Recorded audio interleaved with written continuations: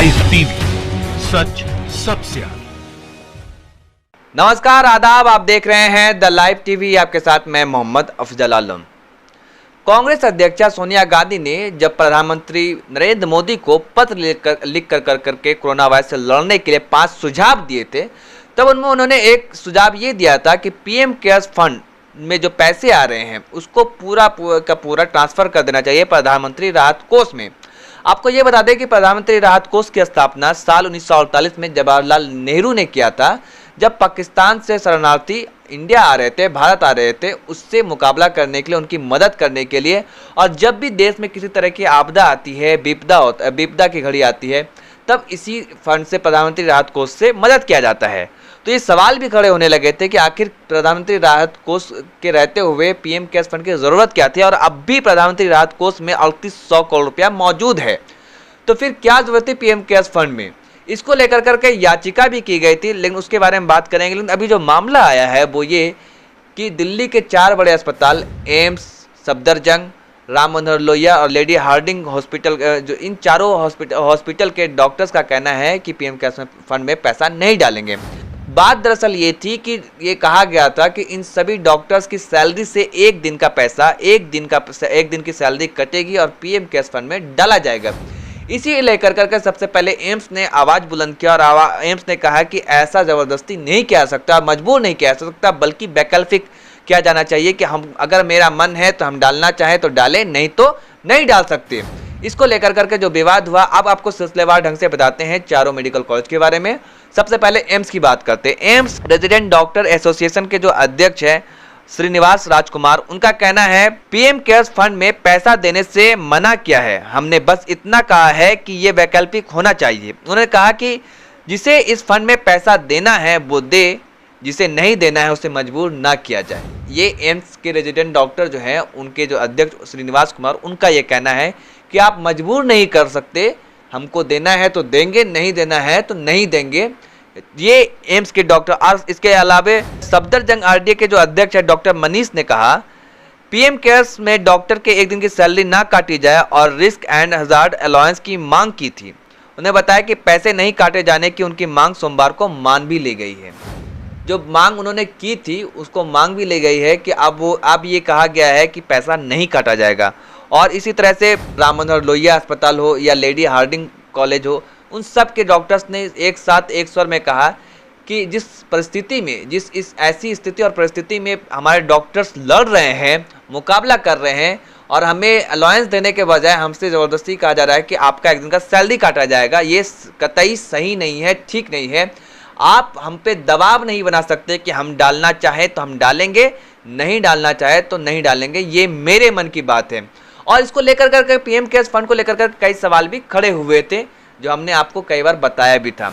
और एक याचिका डाली गई थी। आपको बता दें कि एक याचिका भी सुप्रीम कोर्ट में डाली गई थी वकील मनोहर लाल शर्मा के द्वारा, जो खारिज हो चुकी है। इसमें कहा गया था कि एक घोटाला है, इस पीएम केयर्स फंड में जो पैसा डाला जा रहा है घोटाला है। खैर, इसको लेकर करके सुप्रीम कोर्ट में जो याचिका थी उसको खारिज कर दिया गया है। अब आपको बताते हैं आरोग्य सेतु ऐप्स के बारे में। जो प्रधानमंत्री जब 14 अप्रैल को यानी मंगलवार के दिन देश के नाम संबोधन करने के लिए आए, तो उन्होंने आरोग्य सेतु ऐप्स के बारे में बताया और कोरोना वायरस से लड़ने के लिए इस ऐप्स का इस्तेमाल करने को कहा और ज़्यादा से ज़्यादा लोगों को इंस्टॉल करने को कहा। 13 दिनों के अंदर 5 करोड़ लोगों से भी ज़्यादा लोगों ने इस ऐप्स को इंस्टॉल किया है। लेकिन अब इसकी जो खामियां हैं, प्राइवेसी का जो डर सता रहा है लोगों को, उसके बारे में बताते हैं। और भारतीय सेना ने भी अपने जवानों को कहा है इसका इंस्टॉल करने को लेकर करके सतर्कता बरतने और गाइडलाइंस जो जारी किया है उन्होंने, वो भी बताते हैं। भारतीय सेना ने कहा है कि इस ऐप्स का इस्तेमाल कार्यालय परिसर में तो बिल्कुल ना करें और ऑपरेशनल इलाके में, जहाँ पे जो युद्ध कार्य का कार्य चल रहा है, उस इलाके में बिल्कुल ना जाएं, इस ऐप्स का इस्तेमाल बिल्कुल ना करें। और साथ में यही बता दें कि जो सेंसिटिव इलाके हैं, जो सेंसिटिव जोन है, उस इलाके में भी मना किया गया है, हिदायत दिया गया है कि वो इस ऐप्स का इस्तेमाल ना करें। आखिर क्यों भारतीय सेना ने इसको लेकर करके मना किया है कि इसका इस्तेमाल ऐसे क्षेत्रों में, ऐसे इलाकों में ना करें? क्योंकि जो खतरा है प्राइवेसी ब्रीच होने का और डेटा जो असेंबल हो रहा है, डेटाबेस बनाया जा रहा है, उसको लेकर करके नज़र और निगरानी रखी जा सकती है और किसी को भी आसानी से ट्रैक किया जा सकता है इस ऐप के जरिए। इसलिए भारतीय सेना ने ये कहा है। आपको बता दें कि इस ऐप से कौन कितनी बार किससे मिल रहा है और कौन कोरोना पॉजिटिव है, ये सारी बातों का ख्याल और सारी बातें आपको इस ऐप्स के ज़रिए पता चल जाती है, जो सरकार आराम से निगरानी इस ऐप पे रख सकती है। इसको लेकर के बीबीसी की एक रिपोर्ट के मुताबिक बीबीसी ने एक रिपोर्ट किया है। बीबीसी के रिपोर्ट के मुताबिक कोरोना वायरस संक्रमण की वजह से लोग डरे हुए हैं, इसलिए फिलहाल वो निजता के हनन का मुद्दा नहीं उठा रहे हैं। इस वजह से भारत ही नहीं दुनिया भर में शासकों को ऐसी ताकत मिल रही है जो आगे चलकर जनता के खिलाफ इस्तेमाल हो सकती है और उसका परिणाम बुरे हो सकते हैं। उन्होंने कहा कि पूरी दुनिया के परिवेश में देखें तो एक नया वर्ल्ड साइबर ऑर्डर आ रहा है, जहां पर सरकारें अपनी शक्तियों को और ज़्यादा मजबूत कर रही है और इस महामारी के आधार पर लोगों के अधिकारों के उल्लंघन का लाइसेंस ले रही है। लोग ये नहीं समझ पा रहे हैं कि ये महामारी सिर्फ इंसानों को खत्म नहीं करेगी। जब हालात सामान्य होंगे तो लोगों को पता चलेगा कि उनकी जानकारियों का दुरुपयोग हो रहा है। मतलब जो आप अगर इंस्टॉल करते हैं, आपसे मोबाइल नंबर, नाम, फ़ोटो सब कुछ जो मांगा जाएगा, तो उसके बाद आपकी जो डेटाबेस है वो सरकार तैयार करती है और आपकी हर एक चीज़ों पर, एक्टिविटी पर निगरानी सरकार रख सकती है इस ऐप्स के ज़रिए, इस माध्यम के ज़रिए। हालांकि लोग अभी उतने सतर्क नहीं है, जागरूक नहीं है, क्योंकि लोगों को अभी कोरोना वायरस से बचना है। और इस ऐप्स के फ़ायदे ये है कि आप कौन कोरोना पॉजिटिव है ये बताया जा सकता है जब वो अपना क्वारंटाइन का जो टाइम है, जो पीरियड है वो पूरा करके आएगा। वो किससे मिल रहा है, कब कब मिल रहा है, क्या कर रहा है, वो सब कुछ उस पर जानकारी, निगरानी रखी जा सकती है इस ऐप्स के ज़रिए। और ये बात बीबीसी की रिपोर्ट के मुताबिक ये बात कही जा रही है। और साथ में जो साइबर एक्सपर्ट है उनका यही कहना है कि निजता का जो हनन है वो अभी लोगों को पता नहीं चल पा रहा है, क्योंकि लोगों के अंदर जो एक डर है, भय है कोरोना वायरस को लेकर कर आगे। और क्या कहा गया है आपको बता दें, अपार गुप्ता जो साइबर एक्सपर्ट है उनका कहना है कि इससे जो नुकसान हो सकते हैं उनमें सबसे प्रमुख है कि डेटा जो सरकार ले रही है वो बिना किसी कानून के दायरे में ले रही है। ऐसे में इसका इस्तेमाल वो कैसे करती है और कब तक करती है किसी को नहीं पता। ये ना तो किसी कानून के अधिकार के तहत लिया गया। आपको मामला याद दिलाते जब आधार कार्ड का मामला आया था, कहा गया था कि बैंक से लिंक कराना है, पैन कार्ड से लिंक कराना है, तो इसको लेकर के भी काफ़ी दिन तक लंबी चौड़ी बहस चली थी। सुप्रीम कोर्ट में भी इसको लेकर के काफ़ी दिन तक बहस हुई थी कि जो लोगों की निजता का हनन है इससे हो पाएगा, क्योंकि सारे डेटे असेंबल एक जगह पे हो रहे हैं, डेटाबेस बनाया जा रहा है, सरकार किसी पे भी निगरानी रख सकती है। इससे उसकी निगरानी, इससे जो है लोगों की जो निजता का अधिकार है, फ्रीडम, फंडामेंटल जो राइट है, वो उसका हनन हो रहा है। तो इसको लेकर करके काफ़ी दिन तक बहस चलती। लेकिन अभी ये जो ऐप है आरोग्य सेतु ऐप, इसके जरिए भी ऐसा ही होने वाला है।